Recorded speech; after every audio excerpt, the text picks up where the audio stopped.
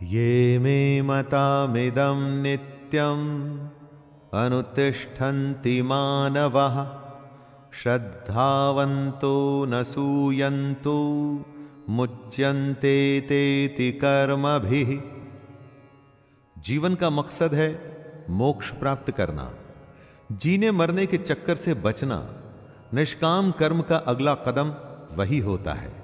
इसी के बारे में कृष्ण कहते हैं कि जो कोई मनुष्य दोष दृष्टि से रहित और श्रद्धा युक्त होकर मेरे इस मत का सदा अनुसरण करेगा, वो सारे कर्मों से छूट जाएगा।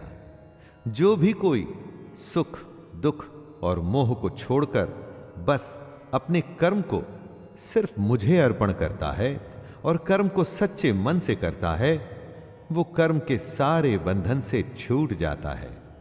और कर्म के बंधन से छूटने का अर्थ है जन्म मृत्यु के चक्कर से बचना। ये त्वेतदभ्यसूयन्तो नानुतिष्ठन्ति मे मतम् सर्वज्ञान विमूढ़ांस्तान् विद्धि नष्टान चेतसः। कृष्ण कहते हैं कि कई लोग घमंड करके खुद को बहुत बड़ा समझते हैं। उन्हें लगता है कि वही करते हैं, सब कुछ वही करते हैं। उन्हें नहीं लगता कि उन्हें अपना कर्म श्री कृष्ण को, ईश्वर को अर्पण करना चाहिए। ऐसे लोग अपने झूठे ज्ञान में ही मस्त रहते हैं। कृष्ण उन्हें मूर्ख बताते हुए उनसे दूर रहने की सलाह दे रहे हैं। आपको अपने चारों तरफ कई सारे घमंडी दिख जाएंगे दोस्तों, जिन्हें लगता है कि वो कुछ गलत नहीं कर रहे। अपने धन और अपने ज्ञान के अहंकार में किसी की बात तक सुनने को तैयार नहीं होते। मैं आपसे यह कहूंगा कि ऐसे लोगों को मूर्ख समझकर आप उनसे दूर ही रहें। सदृशं चेष्टते स्वस्याः प्रकृतिर्ज्ञानवानपि प्रकृतिं यान्ति भूतानि निग्रह किं करिष्यति। सभी प्राणी प्रकृति को प्राप्त होते हैं, अर्थात अपने स्वभाव से मजबूर होकर कर्म करते हैं। ज्ञानवान भी अपनी प्रकृति के अनुसार कोशिश करता है, फिर इसमें किसी का हठ क्या करेगा। कृष्ण ये समझा रहे हैं कि हर प्राणी का अपना एक स्वभाव होता है, नेचर होता है, एटीट्यूड होता है। सब उसी के चलते काम करते हैं। जो ज्ञानी हैं, सब कुछ जानते हैं, उनसे भी उनका काम उनकी प्रवृत्ति ही करवाती है। इसमें किसी की हठ जिद कुछ भी नहीं कर पाएगी। अगर आप कोशिश करेंगे कि किसी से उसके नेचर के अगेंस्ट काम करवा लें, तो आप अपना सिर्फ टाइम वेस्ट कर रहे हैं। इंद्रियस्येन्द्रियस्यार्थे रागद्वेषौ व्यवस्थितौ तयोर्नवशमागच्छेत्तौ यस्य परिपन्थिनौ।